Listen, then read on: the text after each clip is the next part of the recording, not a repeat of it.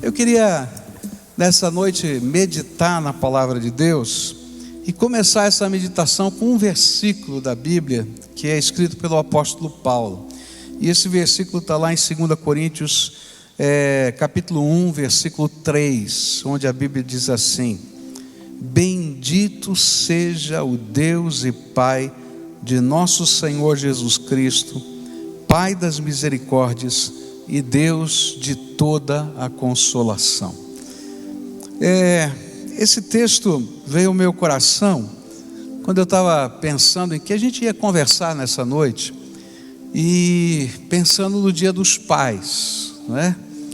E quando a gente olha para a palavra de Deus, a gente vai descobrir que o maior referencial de paternidade que nós podemos encontrar está na pessoa de Deus, o nosso Pai. E aí, quando eu estava meditando nessa palavra, que é uma palavra de louvor a Deus, né? Bendito seja o nome de Deus Pai, de nosso Senhor Jesus Cristo, Pai das misericórdias, Deus de toda consolação. Eu fiquei pensando, se eu tivesse que fazer uma homenagem para o meu Pai Todo-Poderoso, que tipo de homenagem eu faria? Ou que tipo de coisas eu reconheceria nele, não é? E é tão gostoso isso. Hoje é Dia dos Pais, então tem vários pais aqui, certamente teve alguma coisa na sua casa, né? Com certeza você almoçou diferente, né? Mas eu recebi presentes também como pai, né? Eu acho que você também recebeu. Eu recebi presente da minha filha, né, do meu filho, vi lá os meus netos que estavam em casa, e é tão gostoso, né, aquele tempo da gente estar junto, da gente celebrar em família, estar todo mundo junto ali. A minha esposa fez algo muito significativo, porque ela não sai mais da cama já faz bastante tempo, e ela ficou deitada na sala para participar com a gente desse momento, e como se dissesse: olha, eu estou aqui também por sua causa. E dentro dessas homenagens eu ganhei um quadrinho, tá? E nesse quadrinho tinha uma foto da Semana do Avivamento do ano passado, lá no estádio de futebol.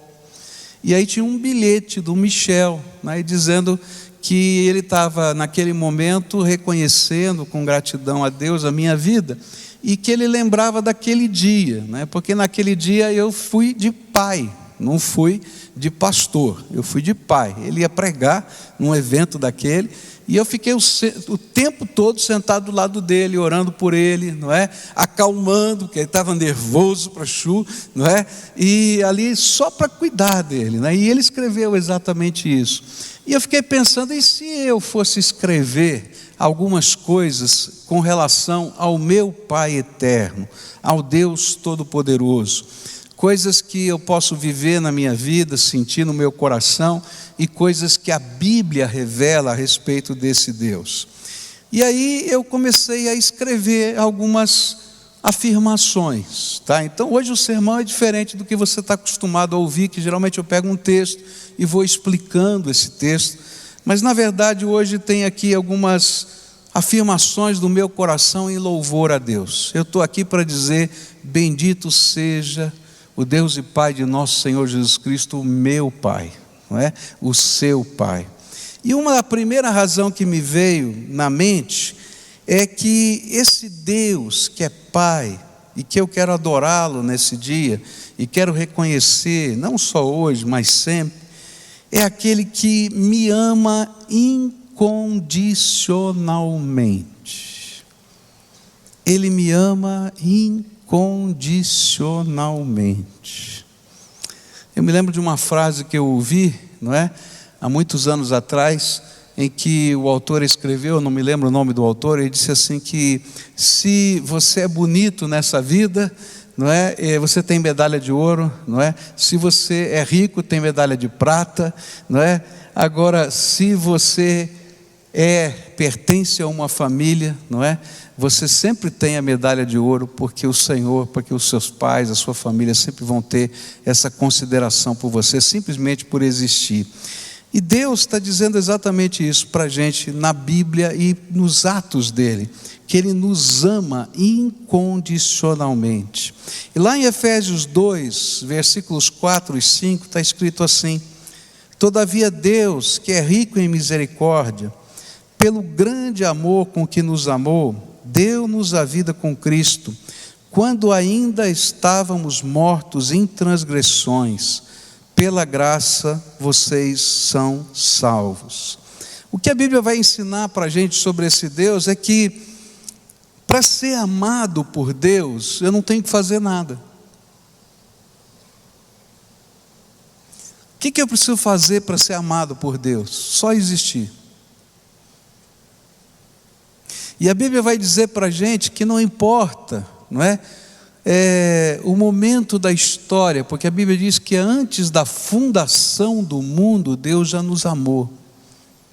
Tem um texto da Bíblia que diz que antes que o mundo existisse, Deus já sabia que você ia existir, e Ele já tinha amado você.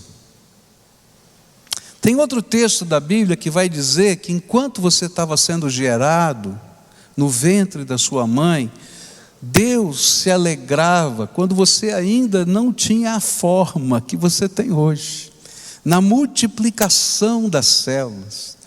Eu não sei, toda vez que eu leio aquele salmo, eu fico pensando na minha emoção quando eu fui ver pela primeira vez, não é, o Michel ou a Kelly no ultrassom, não é? Quem é pai, quem é mãe já sabe disso, né? Vai lá e passa. E naquele tempo, gente, não tinha ultrassom 3D, 4D como tem hoje.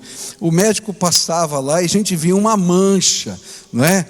E olha, a gente via aquela mancha assim, e o coração já explodia, e dizia: oh, que coisa linda. Não dava para ver nada, era uma mancha, mas que coisa linda, né? E quando escutava, não era nem ultrassom, escutava os batimentos cardíacos ali, rapidinho, né? Porque eles são bem agilizados, bem rápidos, a gente se derretia. E cada vez que eu leio o Salmo 139, eu fico pensando nisso, num Deus que antes da fundação do mundo já me amava, e num Deus que quando eu estava sendo gerado, não é? Ele já me amava.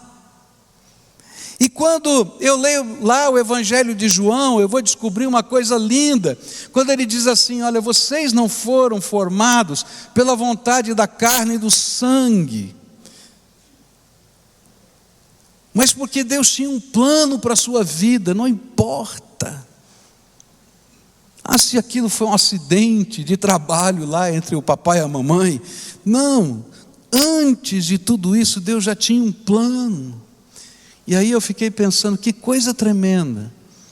O meu pai me ama incondicionalmente, só porque eu existo. Ele me ama incondicionalmente. Talvez a gente não consiga entender o que isso significa, se não olharmos esse fato na perspectiva da paternidade humana. Eu me lembro de uma família aqui da igreja, que houve um problema no nascimento da criança, e a criança ficou sem oxigenação do cérebro, nasceu, e ela viveu durante vários anos uma vida vegetativa, completamente vegetativa. E eu quero dizer para vocês como aqueles pais se desdobravam em amor para cuidar daquela criança. E eu me lembro de um dia, de uma pessoa ter dito para a mãe, quase que num tom assim misericordioso: que bom seria se a sua filha morresse. Nossa, aquela mulher queria matar essa outra que falou isso. Porque para amar,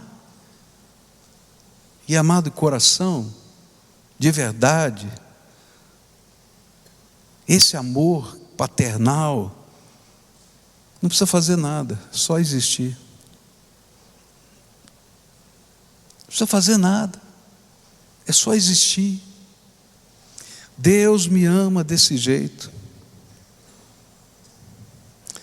Eu me lembro de várias situações que já assisti como pastor ao longo da minha vida, quando os pais vão lá cuidar do filho que chega à porta de casa todo quebrado pelos seus próprios erros da vida, e não precisa falar nada. Eles são apenas acolhidos, porque um pai que é pai de verdade, que é mãe de verdade, os pais vão amar incondicionalmente. E qual é o modelo desse amor incondicional? É do Deus Pai Todo-Poderoso. Existem muitos pais que não amam assim. E é por isso que a Bíblia diz que ainda que uma mãe pudesse se esquecer do seu filho que ainda mama, e eu acho muito interessante porque esse texto tem a ver com algo que faz parte da nossa fisiologia. Se a mãe esquecer de amamentar o filho, não é?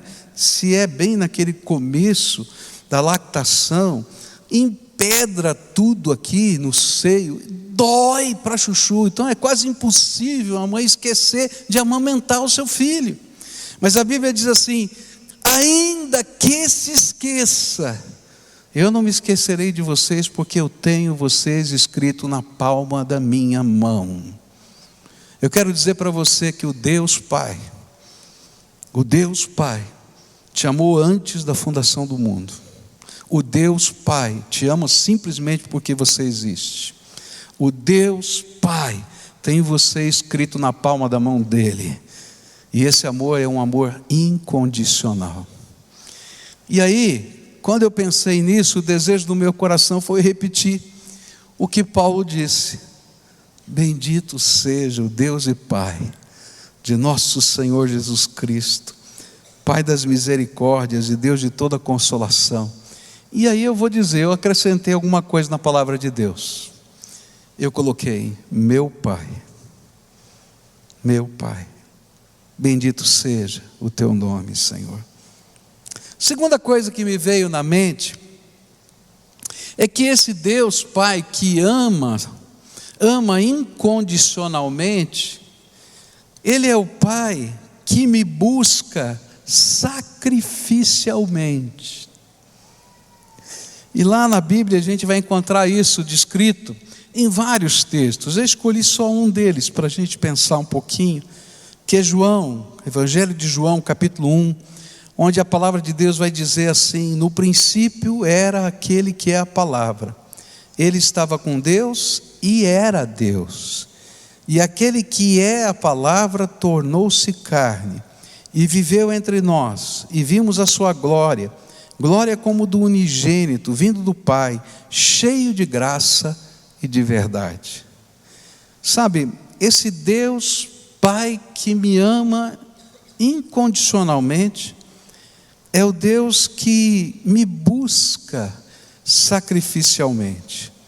O amor de Deus não é meramente passivo, nem só contemplativo, de a gente ficar assistindo as coisas. Ele não pode ver os seus filhos sofrendo ou tomando caminhos que eternamente poderiam ser danosos e não fazer nada. Por isso, a Bíblia vai dizer que sacrificialmente Ele veio em busca dos seus filhos.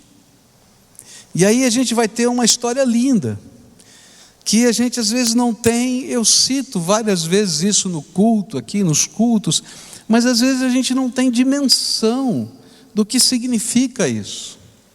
A palavra de Deus diz que uma parte da Trindade divina, que era a palavra, se fez carne e habitou entre nós para buscar a gente. Para isso acontecer, houve um sacrifício eterno no jeito de ser da divindade. É como se a gente imaginasse algum ato, não é, humano que deixasse sequelas para o resto da vida, tá? Digamos que para salvar o seu filho você perdesse uma perna e fosse amputada a sua perna, e você tivesse essa marca para sempre. Porque o que aconteceu é que, para poder caber na forma humana, essa parte da divindade, a segunda pessoa da Trindade, a Bíblia diz que teve que se esvaziar da sua glória. Por quê? Porque Deus é infinito. e o infinito não cabe no finito. Agostinho, quando foi tentar explicar isso, ele disse assim: olha, é a mesma coisa que a gente quisesse colocar o mar dentro de um balde, não cabe. Então o que é que essa parte da Trindade fez? Ele se esvaziou da sua majestade, da sua glória, do seu poder. Ele se autolimitou extremamente. Não dá para imaginar, do infinito para o finito, para caber na forma humana. Não sei se você consegue entender isso. E sabe o que vai acontecer? É que nunca mais Jesus, que é a segunda pessoa da Trindade, vai se encher novamente. Por toda a eternidade ele se esvaziou. E por toda a eternidade ele vai ter um corpo, a semelhança do corpo ressuscitado que aqueles que viverem na eternidade com ele terão. Então, quando ele me amou e ele veio me procurar, não foi uma coisa, uma brincadeira, um passeio, uma aventura, uma coisa sem sentido. Foi uma prova tremenda de amor sacrificial. Sacrificial.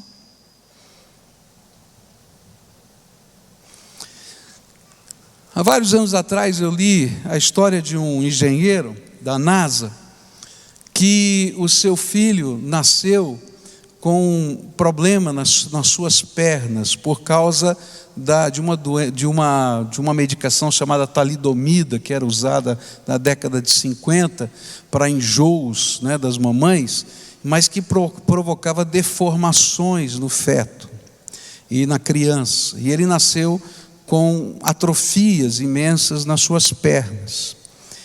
E aquele homem, não é, viveu com esse drama, esse pai. Quando chegou na fase dos 18 anos de vida desse menino, ele começou a ter uma série de problemas de relacionamento com esse pai, porque ele não entendia muito bem o seu pai, ele não entendia muito bem o jeito de ser do seu pai, e às vezes ele até imaginava que o seu pai não o amava. Então havia aquele conflito de gerações. E um dia ele foi lá na garagem, isso foi lá nos Estados Unidos, ele foi lá na garagem, lá eles guardam um monte de tralha na garagem, e ele começou a mexer numas caixas, e começou a colocar os papéis dessas caixas no chão e abrir aquelas plantas enormes de engenharia, e não tinha nenhum foguete espacial, nada disso. Sabe o que tinha? O desenho das pernas do seu filho. Desde que ele era bebê, as várias evoluções. E aí ele foi conhecer um pouco mais da história e soube que o seu pai deixou a NASA para trabalhar como técnico numa fábrica de próteses, só para desenvolver as próteses dos seus filhos, do seu filho. E ele tinha criado os mais diversos projetos para que o seu filho pudesse ter uma vida plena e total. E aí ele descobriu uma coisa tremenda, que o seu pai o havia amado sacrificialmente. Jesus, segunda pessoa da Trindade, parte desse Deus tremendo, se esvaziou da sua glória, para que sacrificialmente nós pudéssemos ser alcançados, tocados, a gente pudesse conhecê-lo, ouvir a sua voz, sentir o seu toque, e a sua bênção pudesse nos alcançar de várias maneiras. Mas se parasse aí já seria algo tremendo, mas a Bíblia vai dizer que tem mais. A Bíblia vai dizer que esse Cristo, quando ele veio com um propósito que era um segredo no céu, ninguém sabia disso, nem os anjos sabiam, e na verdade havia uma discussão no céu, a Bíblia diz isso, que havia uma discussão no céu, os anjos diziam assim: como é que Deus vai poder salvar? Eles sabiam que Deus queria salvar o homem, mas eles diziam: como é que Deus vai salvar essa gente? E a Bíblia diz que se os principados e potestades conhecessem o plano de Deus para a nossa salvação, nunca teriam crucificado a Jesus, porque esse era exatamente o plano de Deus, que esse Cristo que veio nos buscar sacrificialmente, Ele tomaria o meu lugar e o seu lugar na cruz do Calvário. Porque a Bíblia diz que o salário do pecado é morte. Mas o dom gratuito de Deus é a vida eterna em Cristo Jesus. A barreira que existia entre o Pai e eu tinha que ser vencida. E Deus sabia que eu e você não tínhamos poder nem capacidade para fazê-lo. Então Ele se esvaziou da sua glória para estar aqui com a gente, nos ensinar os seus valores, mostrar a sua vontade. Mas não parou aí não, para tomar o meu lugar na cruz do Calvário e morrer por mim. E eu pararia aí, mas quando eu continuo estudando a Bíblia, lá no livro de Efésios, depois no livro do Apocalipse, eu vou descobrir algo mais tremendo. É que naqueles 3 dias entre a morte e a ressurreição, Jesus desceu ao Hades. Está lá escrito lá no livro de Efésios, que Ele desceu ao Hades. O Hades é o lugar que nós chamamos de inferno, o lugar dos mortos. E a Bíblia diz lá no livro de Apocalipse, capítulo 1, para que Ele foi ao Hades? Para tirar das mãos de Satanás as chaves da morte e do inferno, para que todo aquele que nele crê não pereça, mas tenha a vida eterna. Eu tenho um Pai que me ama incondicionalmente, mas eu tenho um Pai que me busca sacrificialmente, porque Ele pagou sacrificialmente o que fosse necessário para que a gente pudesse estar aqui. E enquanto eu pensava nisso, eu disse assim, às vezes a gente olha isso, parece um negócio tão místico, tão distante da gente, mas eu lembrei de algumas histórias aqui. Eu me lembrei de uma família aqui da nossa igreja, que anos atrás teve uma invasão na sua casa, de bandidos, assaltantes. E esses assaltantes imobilizaram a família e tal, etc. Estavam lá levando o que precisavam, queriam levar, e ele não fez nada, deixou isso acontecer. Até o momento em que esses assaltantes tentaram abusar da sua filha e da sua esposa. E naquela hora, aquele homem não pensou 2 vezes. Ele se atracou com aqueles assaltantes e foi esfaqueado. Saiu dali para o hospital de ambulância esfaqueado. Acho que não foi de ambulância, foi socorrido por pessoas. Mas chegou lá esfaqueado. Por quê? Porque quando a gente ama alguém e a gente quer o bem dessa pessoa, a gente se sacrifica e não mede consequências. E quando eu olho para esse Deus Pai que eu estou adorando, eu descubro que Ele me amou dessa maneira. Eu já contei isso para vocês, quando eu era pequeno, minha irmã pequenininha estava andando, aprendendo a andar ainda, caminhando assim devagarinho em casa, e a gente morava num apartamento, e a gente não se preocupava muito porque ela não tinha altura suficiente para abrir a porta, mas ela cresceu, e aí ela abriu a porta, e bem de frente da porta, eram aqueles apartamentos de 4, 5 andares, que só tem as escadarias logo de frente, e muito recentemente tinha uma menina de 5 anos falecido, porque ela tinha caído no fosso das escadas, tinha um vão na escada, ela caiu e aí morreu ali no prédio. E aí a minha irmãzinha começou a caminhar na direção da escada, e o papai estava sentado do outro lado da escada, e quando ele viu a minha irmãzinha indo na direção da escada, ele saiu correndo, e ele viu que ele não ia conseguir alcançar a filha, e ele deu um salto de goleiro, sabe aqueles saltos de goleiro? Agarrou a minha irmã e desceu de peito a escadaria. Ele se quebrou todo, ficou doente, de cama, todo roxo e tal, mas a minha irmãzinha não tinha uma marquinha. Quando eu lembro dessas coisas, eu fico pensando como elas são pequenas diante da grandeza do Pai que eu tenho, o Deus Todo-Poderoso.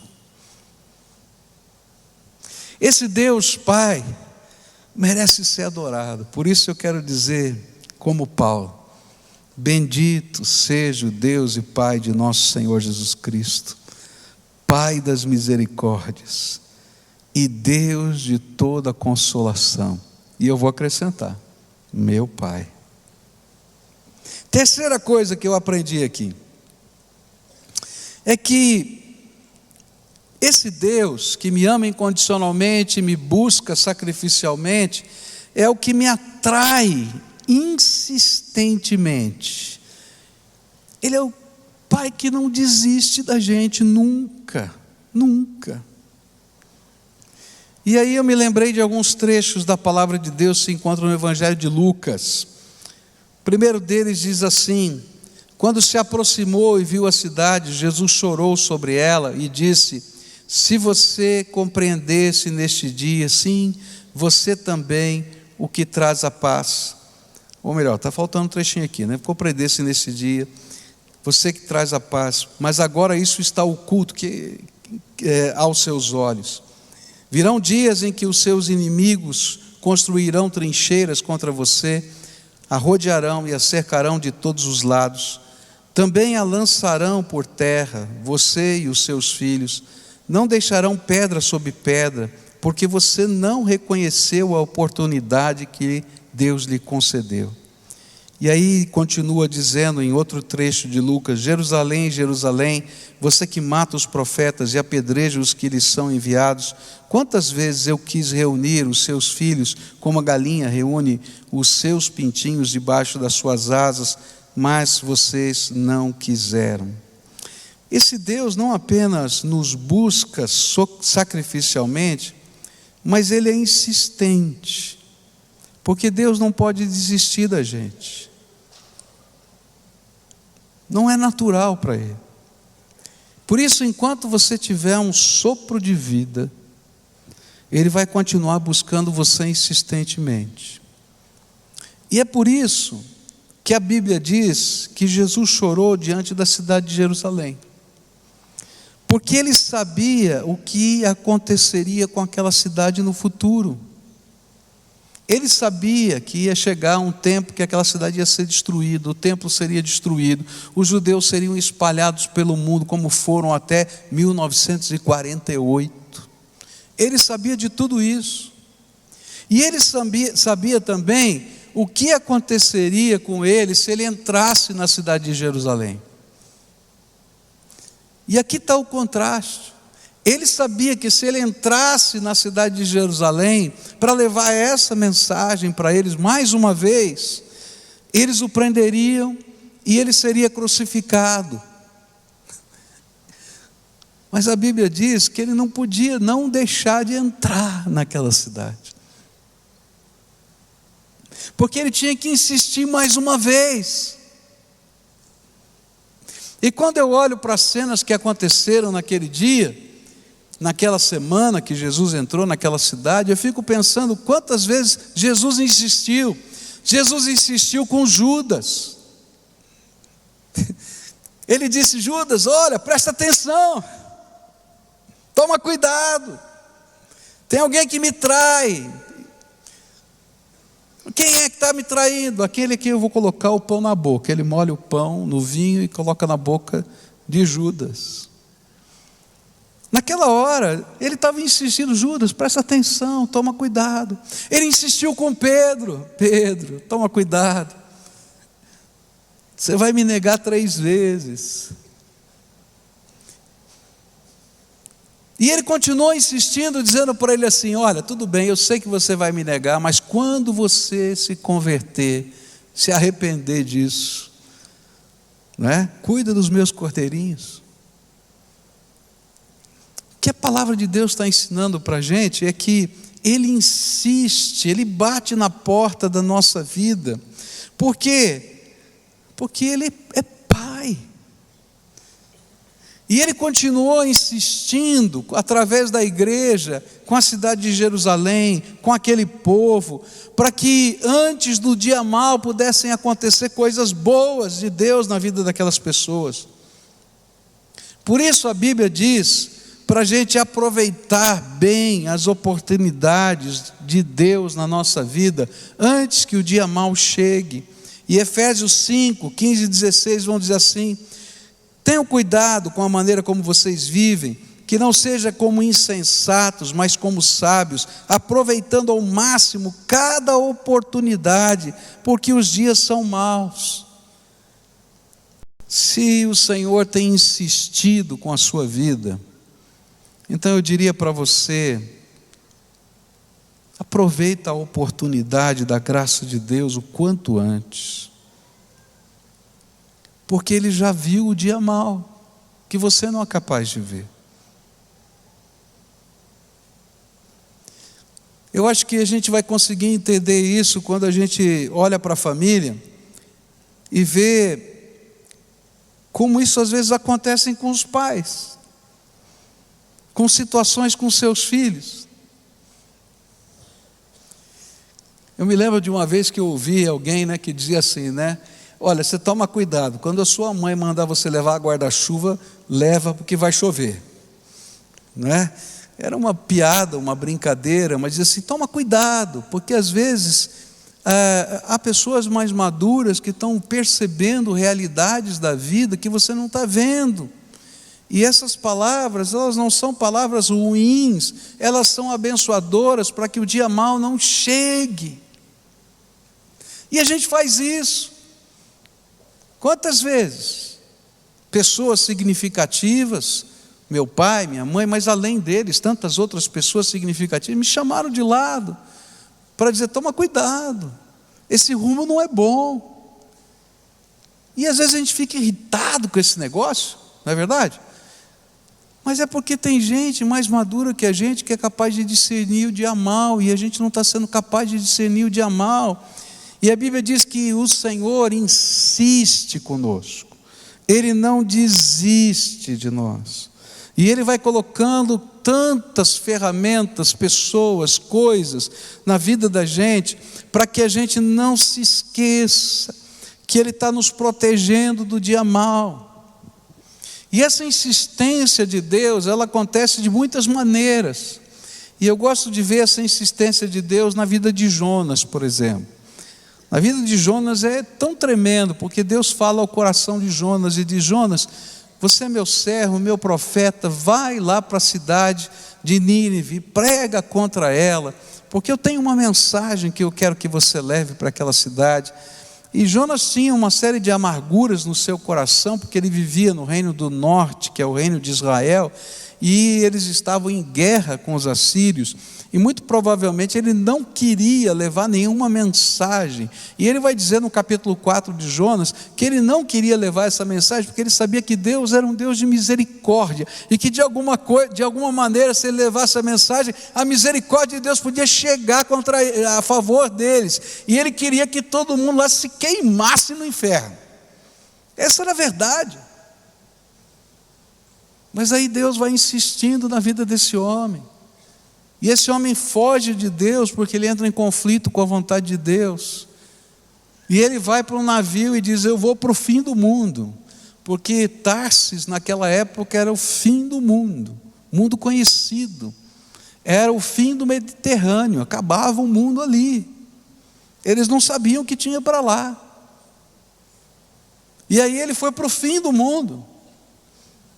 Mas no meio da jornada, Deus continuou insistindo, mandou uma tempestade, e a tempestade começou a chacoalhar o navio, mas ele não queria ouvir a voz de Deus. E aí a Bíblia diz que ele estava dormindo no porão no meio da tempestade, porque ele não queria ouvir a voz de Deus, e ele não queria saber, ele queria ir para Tarsis, ele estava em outra. E aí chega o capitão do navio, e eu fico impressionado porque Deus usou a voz dele, usou as circunstâncias, de repente usou o capitão do navio, que era um idólatra. e diz assim: homem, se você não presta para mais nada, porque todos os homens do navio estavam jogando a carga para fora, para o navio não afundar, se você não presta para mais nada, não consegue ajudar em nada, vê se faz uma oração. Agora o que ele menos queria era orar. Deus estava usando a boca desse homem. Aí chega um momento crítico nessa viagem, que ele diz assim: não é possível, eu nunca peguei uma tempestade dessa, vamos fazer aqui um sorteio, daqueles do palitinho, né, maior ou menor, vamos fazer aqui um sorteio para saber quem é o culpado dessa desgraça. Adivinha com quem cai o palitinho menor? Com Jonas. E ele pergunta, o capitão do navio pergunta: Jonas, quem é você? Quem é você? Ele esperava um assassino, um bandido, alguma coisa assim, e diz assim: eu sou profeta do Deus vivo que criou o céu, a terra e o mar. Eu imagino a cena. Isso não está na Bíblia, está na minha cabeça, tá? Você é louco, fugir de Deus no mar. Ele criou o mar, você é louco. O que eu faço com você? Me joga no mar que eu tenho que me resolver com Deus. E aí eles dizem: não podemos fazer isso com você. E eles remam, e não conseguem. Aí chega uma hora e diz assim: olha, não conseguimos. E jogam. E a Bíblia diz que um grande peixe vem e o engole. Quando ele está envolvido nas águas no fundo do mar. E é interessante que ele faz a oração dele lá quando ele está envolvido nas algas no fundo do mar. Se você ler o capítulo 2, ele vai dizer: quando eu estava envolvido naquelas algas, né, eu vi a minha morte. E aí eu clamei ao Senhor. E o Senhor mandou um peixe.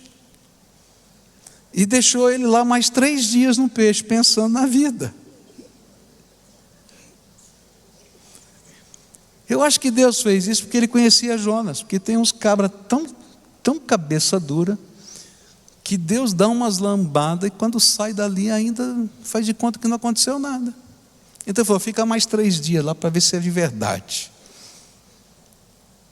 Sabe por que eu estou falando isso?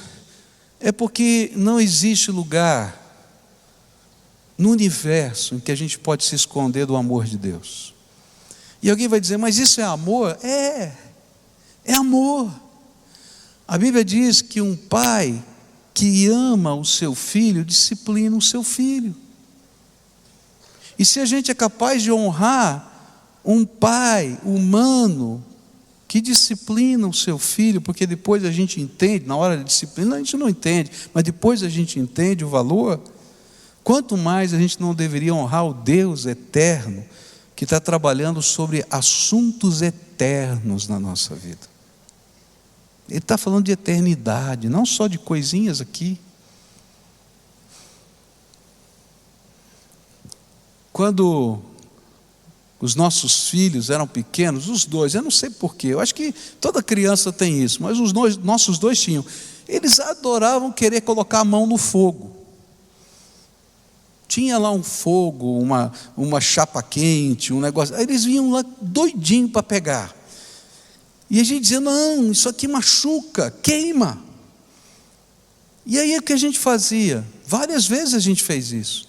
A gente dava uma palmadinha. Por que a gente dava a palmadinha? Porque a palmadinha que a gente dava era muito mais fraca do que uma queimadura que pudesse vir sobre aquela criança. E na verdade ela era muito mais um símbolo do que algo dolorido. Eu quero dizer para você que quando Deus está fazendo essa obra na nossa vida insistentemente, Ele está sendo como aquele pai que ama e diz: não vou desistir de você não. Você pode se esconder onde você quiser que eu vou atrás. E quando eu pensei nisso na minha vida, o desejo que veio ao meu coração foi dizer: bendito seja o Deus e Pai de nosso Senhor Jesus Cristo, Pai das misericórdias e Deus de toda consolação. E eu acrescentei: meu Pai, meu Pai. E eu queria terminar dizendo para você que esse Deus, Ele é bendito, porque Ele é o Pai das misericórdias e Deus de toda consolação. E eu quero adorá-lo porque na jornada das nossas vidas, esse Deus que nos ama incondicionalmente, esse Deus que nos busca sacrificialmente, esse Deus que não desiste de nós, que é insistente, né? Que vai lá insistir na nossa vida, é aquele que nos consola de uma maneira irresistivelmente. Porque toda vez que eu chego quebrado, mas arrependido, esfolado, mas desejoso de restauração, sem esperança, mas buscando nele um novo caminho e uma nova esperança, eu encontro esse Deus que me consola de modo irresistível, porque Ele é o Pai das misericórdias e o Deus de toda consolação. E eu gosto sempre de pensar numa das figuras que me tocaram muito. E eu já falei isso para você, mas essa é uma figura tão forte para mim. Tinha aqui no porão da igreja, lá embaixo, uma escola de artesanato, há muitos anos atrás. E era interessante porque esse povo ia buscar vidro de carro quebrado. Não sei se você já viu, né? Vidro de carro quebrado, ele estilhaça tudo, ele fica todo assim, ele quebra, fica tudo cheio de estilhaços, né? Uns caquinhos bem pequenos. E tinha baldes e baldes de vidro quebrado lá embaixo.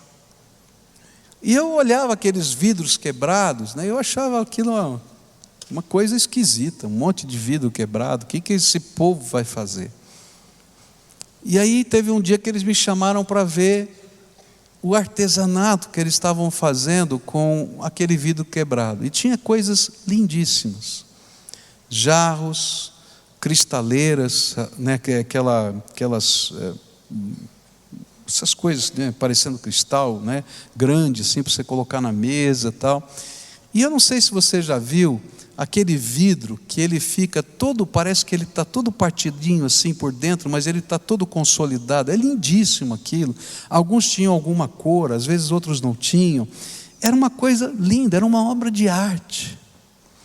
E um dia eu estava olhando para aquilo e Deus tocou meu coração para dizer assim, que muitos de nós, quando nos chegamos a Deus, somos como aquele vidro, todo quebradinho, moidinho, não é nem quebrado, é moidinho.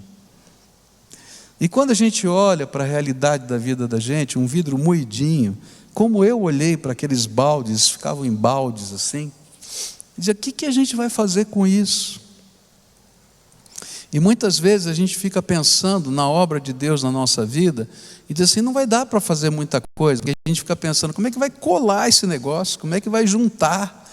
E outra, se você já quebrou alguma coisa, né, e tentou colar, vamos falar baixinho aqui, fica horrível, não é verdade? Fica tudo remendado. Se quebrou pouquinho, ainda você se disfarça, mas se quebrou mesmo, fica horrível. E a gente fica pensando, o que vai Deus fazer com a vida da gente? E aí o Espírito de Deus tocou meu coração para dizer assim, sabe, eu sou o único que tem poder de pegar os cacos de vida e transformar em obra de arte por causa do meu amor. E eu tenho visto tanta gente que Deus pegou como caco, que está se transformando em obra de arte, porque o Espírito de Deus está fazendo algo novo na vida deles. Hoje eu vim aqui para dizer isso. Bendito seja o Deus e Pai de nosso Senhor Jesus Cristo, Deus das misericórdias, Pai das misericórdias e Deus de toda consolação, meu Pai. E nessa noite eu queria convidar você a, ouvindo tudo isso, a deixar o teu Pai cuidar de você. Porque muitas vezes Não é a mão de Deus que está encolhida para não cuidar da nossa vida, mas nós é que estamos arredios, fugindo do amor do Pai, fugindo da comunhão do Pai. E uma das razões por que a gente foge desse amor e dessa comunhão é porque a gente sabe que esse Pai, justamente porque Ele conhece todas as coisas, Ele tem um plano para a nossa vida, um propósito para nós. E nós não queremos que Ele interfira nos nossos planos e nos nossos propósitos. E aí a gente foge para Tarsis, vai para o fim do mundo. Só que lá não é o nosso lugar. Ou a gente vai para uma caverna, como Elias foi, mas o Senhor vai dizer para Elias: Elias, não é aí o teu lugar. E a gente tem que deixar o Espírito de Deus trabalhar na nossa vida e fazer transformações em nós. Como eu preciso desse Pai todo dia na minha vida. Como eu preciso da intervenção dEle na minha vida todo dia. Como eu preciso da sua orientação, da sua sabedoria. Como eu preciso da salvação que só Ele pode me dar. Da unção do Espírito que só Ele pode colocar dentro do meu coração. Esse Pai é presente, não é ausente não. Na homenagem que foi feita aos pais, eu não sei se passou hoje à noite, passou a homenagem? Não passou, né? Que foi feita de manhã. Tinha uma das menininhas assim, que amava muito o pai, mas que sentia muita saudade, porque o pai morava numa outra cidade, não é? E eu fiquei pensando, puxa, que difícil isso, e essa é uma realidade brasileira, tem tantas situações assim. Tem gente que não quer mais comemorar o Dia dos Pais por causa dessa realidade. Eu acho que dois erros não fazem um acerto, né? Então eu acho que a gente tem que comemorar, porque ainda a gente valoriza Dia dos Pais, Dia das Mães, porque a gente está dizendo que família é importante, que esse não é o modelo, tá? E que a gente tem que estar próximo, realmente. Não estou criticando aquela pessoa, não conheço as realidades, eu estou dizendo só que dói, não é? Agora eu quero dizer para você, o meu Pai eterno não está ausente, nem distante. Ele está aqui. E Ele tem alguma coisa para fazer na minha vida. Por isso, o amor incondicional, esse amor sacrificial, esse amor insistente dEle, é aquele que se transforma em consolação na minha vida, transformação cada dia.